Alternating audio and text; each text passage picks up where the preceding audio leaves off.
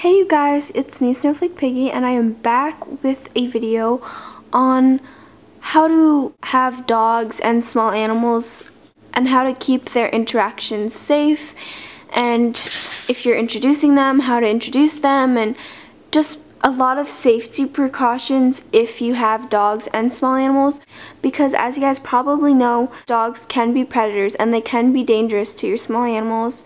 So basically this video is just gonna talk to you guys about how to keep both your dogs and your small animals safe from each other, and if you are introducing them, how to go about that safely. So before I begin, I just want you guys to keep in mind that this is all based on my own experiences and my own opinions. Something that might work for me might not work for you. I can't really tell you what to do, I guess, because I don't know your animals personally, but this is just a generalization of what I did with my personal animals. So yeah, and the number one thing with this video is safety, because it's really not worth it if your small animals end up getting hurt. You don't want to risk it. It's not worth the risk. If you can just keep them separated safely, then that should be fine. But if you really want to introduce them, this is how I went about it safely, because it can be really dangerous if gone about the wrong way. So the first thing to keep in mind is your dogs, and basically their background, their breed might play a role into whether or not you should even try introducing them. I have two dogs, as you guys probably know. But my first dog, who passed away last 2 Januaries ago, we adopted her as a puppy from our local animal rescue. While she was still a puppy, I introduced her to, I had one guinea pig at the time, like when I got her. They were buddies, and she was really, really good with him, and like she's basically grew up around my small animals. So when we got chinchillas and we got more guinea pigs and when we got a hamster, she was good with all of them. I never really introduced her to the hamster. Like, she saw her through the cage bars, but really not to interact with too much, because I just thought hamsters are really small, they can run, maybe Raven would get freaked out. As much as I trusted her and as much as she grew up with the small animals, I just thought it'd be better if I didn't. She was good with the hamster through the bars, and she was really good with the guinea pigs and the chinchillas. The chinchillas and guinea pigs would climb all over her, and she would just lie there. She would sniff them, and maybe she'd lick them, but she never had any intent to hurt them, and she was just really, really good with them and really, really sweet towards them. But yeah, no matter how good your dogs are with your small animals, they might not even mean to hurt them, but they could. So Maple here is a shepherd mix with, we don't really know what she is, honestly. When we got her, she was pretty young, but she wasn't really a puppy. Usually puppies do very well with small animals as far as not being aggressive towards them, but you still have to be careful because they might try to play with them, because puppies can be really, really crazy. They might try to play with them and then accidentally hurt them, but some puppies probably still do have that play drive, so just never be too careful. But Maple, out of my two dogs, I have two dogs, Maple and Lindy. You would think that Lindy, being a hound, I will show you her in a second, I would be worried about that, but she's even better with the small animals than Maple is. So breed doesn't always have to do with it, but you just want to keep it in mind, especially their background, because we do think Lindy might have been a hunting dog prior to us adopting her, so we had to keep that extra cautiousness in our minds. But basically the bottom line is, no matter what breed your dog is, you just want to be careful. So you also should know the play drive your dogs have. Both my dogs go crazy when they see a squirrel, or when they see birds, or when they see really any wildlife. After you've kind of evaluated your dog, I would recommend starting off with just kind of, well, they're probably going to smell your small animals, whether you're trying to let them smell them or not. But you do want to make sure that your dogs don't have anything, especially not anything that can be passed to your small animals and vice versa.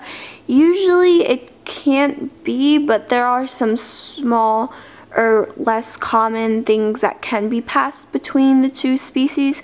So just be careful about that. But when you're with your guinea pigs or your chinchillas or your rabbits or your ferrets, it's inevitable that you're going to get their smells on you. So then you can go to your dog, and then your dogs will probably smell. So they'll start to get used to the scent maybe. Just make sure that they kind of smell you. They kind of get more used to the smell instead of just introducing them right off the bat and then trying to adjust to the scent and kind of going crazy. So make sure they can smell them, because a scent is a big thing to dogs. So you want them to kind of get used to it, I guess, so they get a little bit less or desensitized to it. So when they actually meet them, they'll be able to focus on other things like their movement.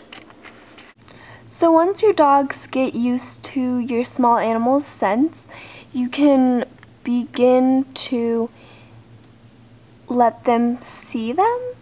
So a precautionary measure that you should have no matter what, whether your dogs are great with your small animals, and you should just have this no matter what, you should always have separation between the two species when you're home and while you're away. So basically 24/7, unless you are actively introducing them or actively kind of putting them together, I guess. I don't really know how to phrase that. But you always want to have dog gates, secure dog gates, not ones that they can just tip over or ram through if they really wanted to get through. The dogs basically have free range of my house as long as we're supervising them. But the guinea pigs and chinchillas and ferrets are all in the basement, and the dogs can only be in the basement while we're supervising them, because for the reason that we want to keep everybody safe and separated.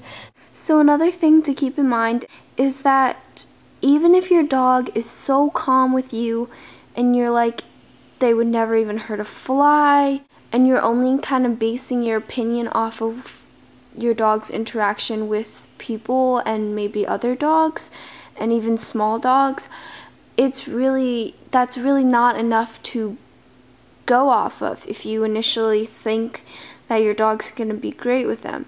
You should begin by assuming your dog is not going to be good with them, because that'll help you to be cautious. Because I know I'm probably really emphasizing the safety, and you guys might be like, you know, you said that and you keep saying it. It's really important to me that everyone is really careful with the relationship between your dogs and your small animals, because it's a very unpredictable relationship. Alright, so now that I briefed you guys on kind of some cautionary things that's really important to keep in mind, like safety involved things. Now I'm going to begin by showing you guys kind of the barriers I have to keep the dogs and the guinea pigs and chinchillas and ferrets separated, because this is a very important thing if you're having multiple species of animals that you need to keep separate. So let's get started. So I'm just quickly going to show you the crates. Here's Maple's crate. Here's Lindy's crate, which is closed. But they actually love their crates, so that is great. They don't spend a lot of time in their crates at all.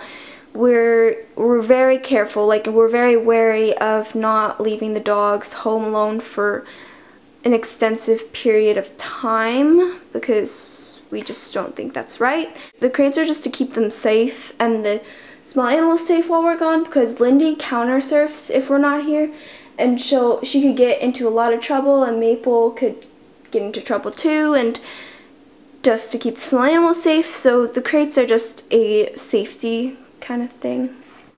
Okay, so the first kind of barricade we have here is obviously not really sturdy.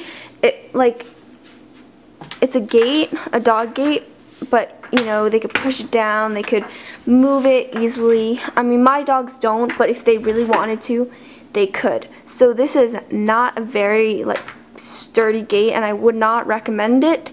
However, the dogs are always being supervised by us. When we're gone from the house, the dogs are in their crates. So when this is barricading the dogs from going into the basement, we are here to supervise them.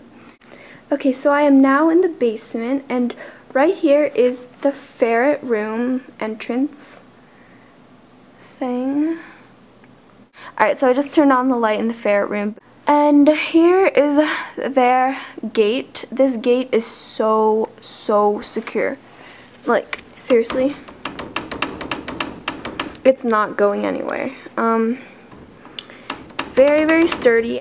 And you can adjust it here depending on the size of your door. I bought this off of Amazon, and I would highly recommend it, especially for ferrets, because the other like baby gates, the ferrets can fit through. So this is not only to keep the dogs out, but to keep the ferrets in, because I do have to keep the ferrets separated from the guinea pigs and chinchillas, because ferrets are predators, and in the wild, the polecat, which is like a close relative of theirs, they're like the closest relative in the wild, which preys on small animals, and they are obligate carnivores. So yeah, this gate is amazing. I forget what it's called, but I'm gonna try to find the link on Amazon, and I will try to link it in the description box if I remember, and if I don't, feel free to remind me in the comment section below. So here's the entrance to the guinea pig and chinchilla room. As you can see, it's just standing in the doorway. So this room has 2 doorways, so I have to have gates in both ways, basically. So this gate right here it's relatively sturdy, because it has these supports right here, so it will not fall, and it has these hinges here, so you can unhinge it and hinge it. I don't really know, I never really unhinge it, but it just stays here, and it's pretty easy to move out of the way if you need a vacuum here, or for whatever reason, basically. Or when I'm bringing the dogs in, I do take this gate down. And another thing to remember about gates is, as you can see, these gates, they're kind of high. They come to like almost my waist, but, well, not really my waist, a little lower than my waist, but I'm really short, so that's probably why. It's probably even shorter to you taller people. But the dogs, if you have dogs that jump, these gates are not gonna be as safe. A lot of dogs could jump over this if they wanted to. My dogs don't jump really indoors. I mean, Maple, she could try, I guess, but she doesn't, and she can't even get in the basement. But this is just all like added measure, because we're supervising them. But anyway, added measure. My dogs don't jump this, so it's okay for me. But if yours might, you should get a higher fence, or higher gate thing, or just keep the doors closed. But like I said, I don't like to do that, because it can get stuffy in the rooms. So to prevent the stuffiness from getting that too bad, if your dogs jump every single gate, you can keep the doors closed and maybe like bungee cord it if they can push it open. But keep the doors closed, and then while you're home and when you're with them, completely supervising them, you can leave the doors open. So here's the other entrance to the guinea pig and chinchilla room. It's a smaller door, so I have another one of these gates here, so like again, it's very sturdy, so it's not going anywhere, but I like to keep both doors open, so that is why I have this gate here. So I thought I'd mention that I have a total of 4 cages, 4/3, because I have one big guinea pig cage, but there's a divide in between, so you could consider that 2 cages. But essentially I have 3 different types of cages. So I have 2 similar cages, which is the Critter Nation, which is for the chinchillas. This is the Critter Nation. And then the ferrets have the Ferret Nation. So both cages are really secure, like it's really secure to keep them in and to keep, you know, the dogs out. The dogs, when they come in here, I don't really have to worry too much about the chinchillas or ferrets because this has bars, it has a lid. It's really, really safe, basically. But you still want to be careful because the dogs could jump up on it or something. But it's less exposing as the guinea pig cages. So as you guys can tell, the guinea pig cage, or the guinea pig's cages, are much more exposing than the chinchillas or ferrets because there's no lid and it's pretty open, so the dogs are more of a danger to the guinea pigs than the ferrets or the chinchillas as far as their caging goes. So I just wanted to point that out, that your cage does have a lot to do with the kind of cautionary measures you take. And I also want to apologize because I know their cages are really messy, but their cages are due for a clean and I haven't swept it out yet today. If you have a CNC cage for your guinea pigs, there are ways to make them more dog safe if you just want to do that for extra protection. Basically, you can buy CNC cage lids online. I personally don't do that, but it does sound like a good idea, like a great idea. Alright guys, so I just wanted to show you guys the ferret cage, just because I was showing you everyone else's cage, because I did want to say some things about safety with the ferrets. So as you can see, this is the Ferret Nation, whereas the chinchillas was the Critter Nation. So there's not much difference between the 2 cages except for the bar spacing. As you can see, this spacing is like vertical, whereas the other one was horizontal, and the bar spacing is also a lot bigger. I believe this is 1 inch and the other one is much less than 1 inch. You do want to be careful about the bar spacing because the ferrets' tails and stuff can come through here, and sometimes when they put their paws up here, and that can be worrisome if you have your dogs kind of around their cage, because if their tail's hanging out, the dog might just nip them, and that would be really, really, really bad. And I'd also recommend putting the ferret cage in a corner or up against the wall if you're having your dogs come down, because it'll make the ferrets feel more safe. Because, I mean, I don't think I've ever seen a ferret or a chinchilla or guinea pig cage like flat out in the middle of the room, but that can be nervous for the ferrets, guinea pigs, chinchillas, because the dogs can circle them and they're just kind of vulnerable from all sides. So those are kind of like the cautionary things, more cautionary things. There's a lot of things you need to get done to make sure everything is as safe as possible. And now finally we're going to start on introducing your dogs to your small animals. The first step for actively introducing your dogs to your small animals is to let them see your small animals, but from a distance. So in my case, it would be behind the gate that I have at the entrance of each of the 2 animal rooms, and just kind of see how they react. You don't want them barking because that can scare your small animals, and it can also be very loud and not good for their ears. So, and you also just want your dog to kind of be calm around them, because if they're all hyped up, it can lead to a very bad situation. So the first step, and I'll show you this in a little bit, is when they're looking at them from a distance, you want to let them see, but then try to get other behaviors out of them.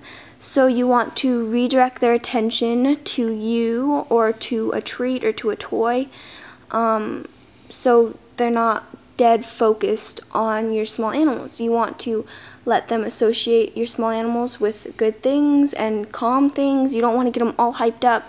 You want to get them to be calm. So I would recommend having a treat and maybe making them sit or lie down.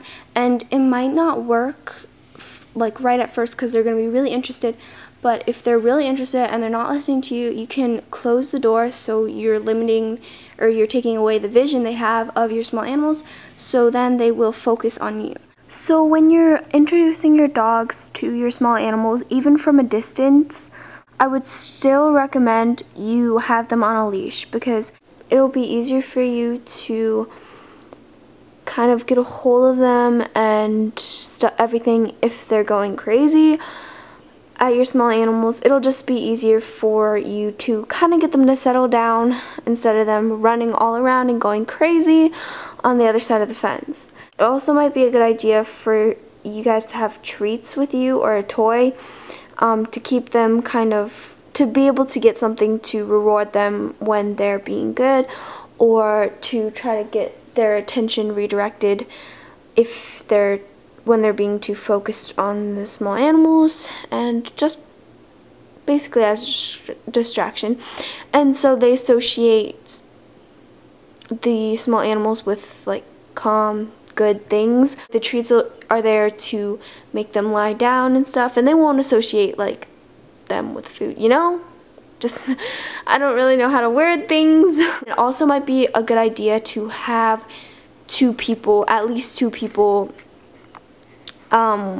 doing this, so you and maybe your sibling or your friend or your parents, so someone can help you with your dogs and your small animals. So starting out, I would highly recommend having 2 people. I'm not going to demonstrate using 2 people just because my dogs are pretty good with the small animals already, so I'm going to show you if you don't have 2 people, but I would recommend finding help when you're doing this. Now I'm going to head on downstairs with Maple because Maple is, out of my 2 dogs, she's the one who is a little more hyped up when she sees the small animals, or a little more interested. Lindy is very good and she'll listen to me. She pays attention to me when we're with the small animals, but Maple is still pretty new at it and still needs some work as far as her behavior around the small animals.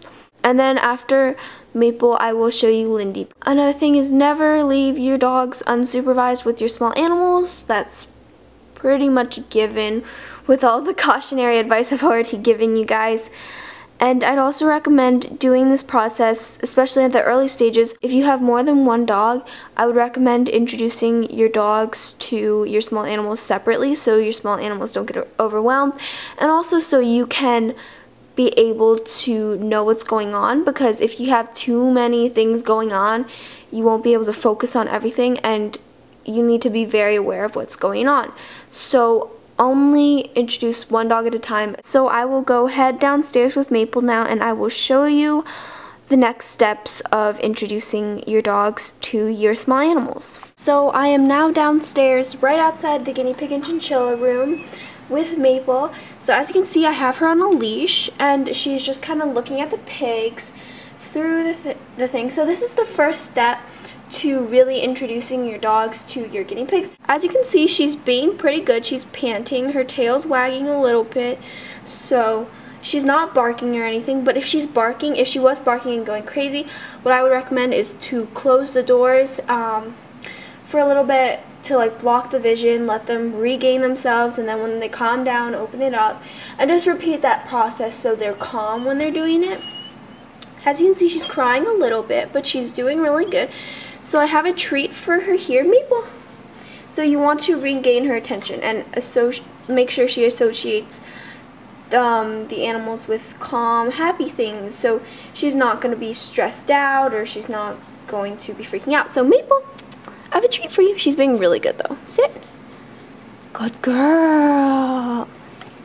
As you can see, she's being really, really good and focusing, so she's being really good. So when your dog gets to this kind of stage where they're pretty calm and they are really relaxed, pretty much, she's panting, so she's a little bit, and she's crying a little bit, so she's a little uneasy, probably because she wants to get at the small animals, but overall she's being really, really good. So this is the stage where you can kind of see if there is potential for your dogs to enjoy the company of your small animals and vice versa. So after you do that for a while, you want to do it for a week or maybe 2 weeks or whenever your dog gets to this point, and then you can move on to the next step, which is being in the same room without there being a gate between your dogs and your animals. There still might be the cage gate, but there will not be a complete distance barrier.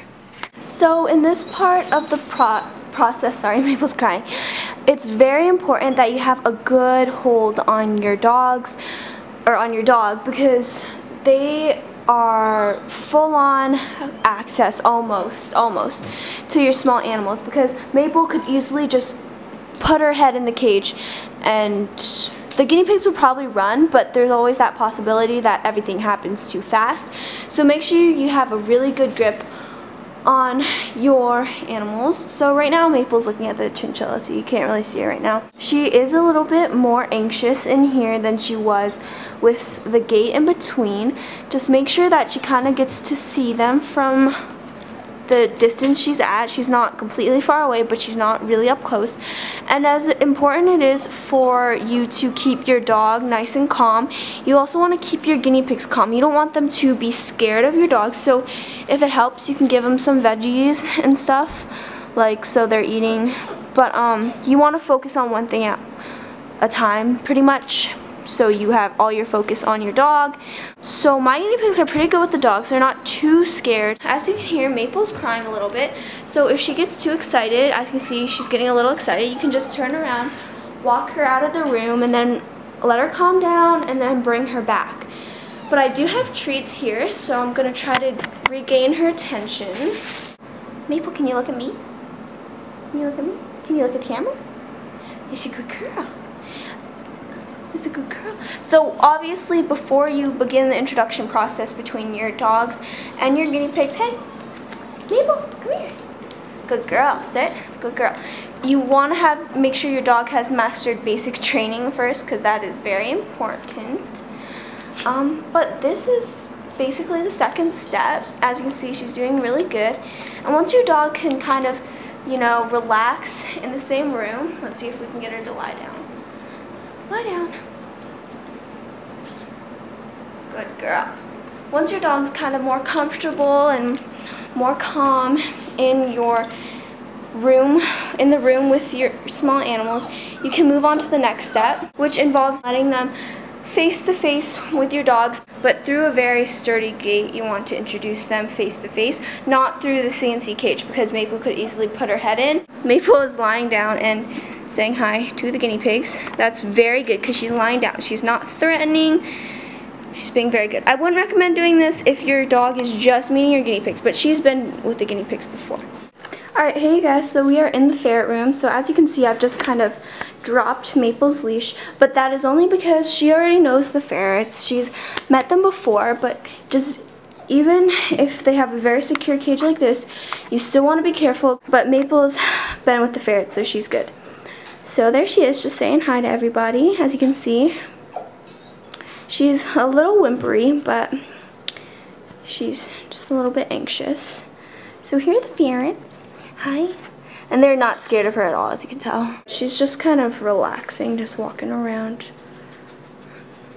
This is the ferret room. It's really messy right now. But yeah, you don't seem too interested. No. No. And I just also want to mention that these steps aren't to ensure that your dog and your animals can be like nothing in between them. They're, you know, animals cuddling. That's not what our goal, or my goal is through this video. My goal is you can introduce them, maybe your dog can spend time while you're with your animals and not be freaking out and she just ate ferret kibble. But that's, like, I'm not saying they're going to be cuddle buddies after this. It's just kind of so your dog and your ferrets and your small animals can interact, but maybe not. It definitely won't work like that. It really depends, but this is basically just how to introduce them so they're okay with each other, their relationship is okay. So, as you can see, Maple's squeezed back there, but it's okay because the ferrets aren't scared of her. But, yeah. And, oh, a big thing is never put your small animals on your dogs. Never do it. Just don't do it. It's not a smart idea to do that. So don't put animals on your animals. It's not, it may be cute to you, but it's not cute to them. Let them do what they're doing. Don't force them into any relationship, you know? So here's Maple. So Maple's gotten about halfway to the next stage, or through the next stage, and the next stage after them being able to like see each other like this close is for them to see each other with no bars. This is a big step, and if you're not comfortable with it ever, then just leave it at this, because this is good enough, you know? Like, this is still really good. They're saying hi to each other through the bars. They're really, really good. Don't push it. But the next stage, I have done it with Maple, and I will show you, and then I'll show you Lindy with the small animals, because she is very, very good. She'll just sit and stay. I know, you're being such a good girl. Look at her sitting. You're such a good girl. You're a good girl. She's a very good girl. Aren't you? Alright, should we show them? She's very interested with the ferrets. Aren't you? She'll do this with, I don't do it with the chinchillas. I mainly do this stage with Maple, the ferrets, and the pigs. Please don't eat that, because the chinchillas, my sister is a lot more comfortable with handling the chinchillas and the dogs. So she does that.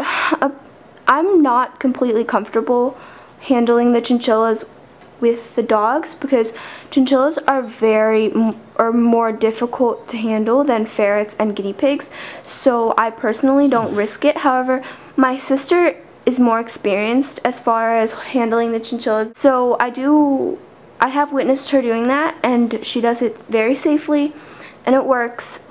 But I personally don't do that, and that's how you guys should go. If you're not comfortable with it, don't do it. And if your animals aren't comfortable with it, then also don't do it. So now I'm going to show you Maple with the ferrets, and then I'll show you Lindy with the guinea pigs, because she's very good with the guinea pigs. And then at the end of this video, I will show you some pictures of the dogs and the small animals. And there will be pictures of Raven and Snowflake.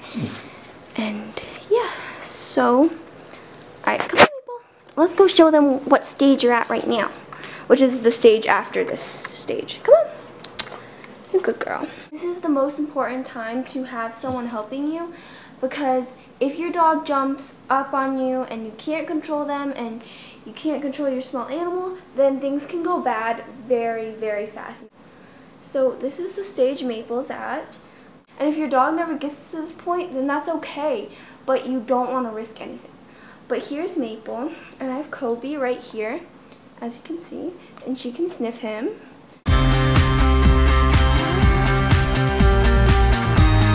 So I don't know if Maple will ever get past this stage. This is a really far stage. The next stage, I would probably say, is letting both of them, you know, just relax. But that might never happen, and that's a very, very advanced thing, and you have to be 100% sure your dog's not going to do anything, and you still have to be supervising them. So I don't think Maple will ever be at that point, but I'm fine with this because she's pretty good with them, as you can see. Say hello. Say hello. Good girl. Good girl. So here they are. They're doing very, very good. Maple's a very good little doggy. So I'm going to go get Lindy and show you guys what we've been working on. So So now I'm here with Lindy, and she's really good with the guinea pigs. I worked with her to teach her not to put her head in the guinea pig cage. So she's over here saying hi to chinchillas, but she won't put her head in the guinea pig cage. So basically how I did that is just every time she started reaching over, I'd like make a sound like or like no, and I would walk away with her. Like she was on a leash, so I'd turn around and walk away with her. So she learned not to put her head in the guinea pig cage, which is really good. So Lindy, come here. Lindy, come here. Hey Lindy, come here. It's a good girl. It's a good girl. Sit. Good girl. She's really good with the guinea pigs. Aren't you? Aren't you? Aren't you? Here, let's get a focus on you. She's very food motivated. She's just a good girl. Okay, go say hi to the pigs. Hey, good girl. And usually while she's sitting here and staying, I will refill their waters and stuff, because actually their water needs to be refilled. It's running low. And fill up their hay and give them pellets or their veg.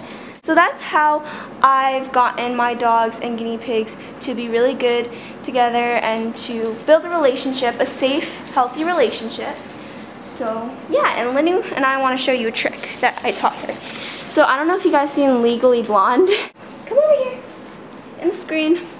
Okay, bend, bend, good girl, and snap. Good girl. So she deserves another treat for that. But yeah, so that is basically how to build relationship between your dogs and your small animals. And her and the pigs will go nose to nose and stuff, and they're really cute. Please comment, rate, and subscribe, and I'll see you all in my next video. Bye!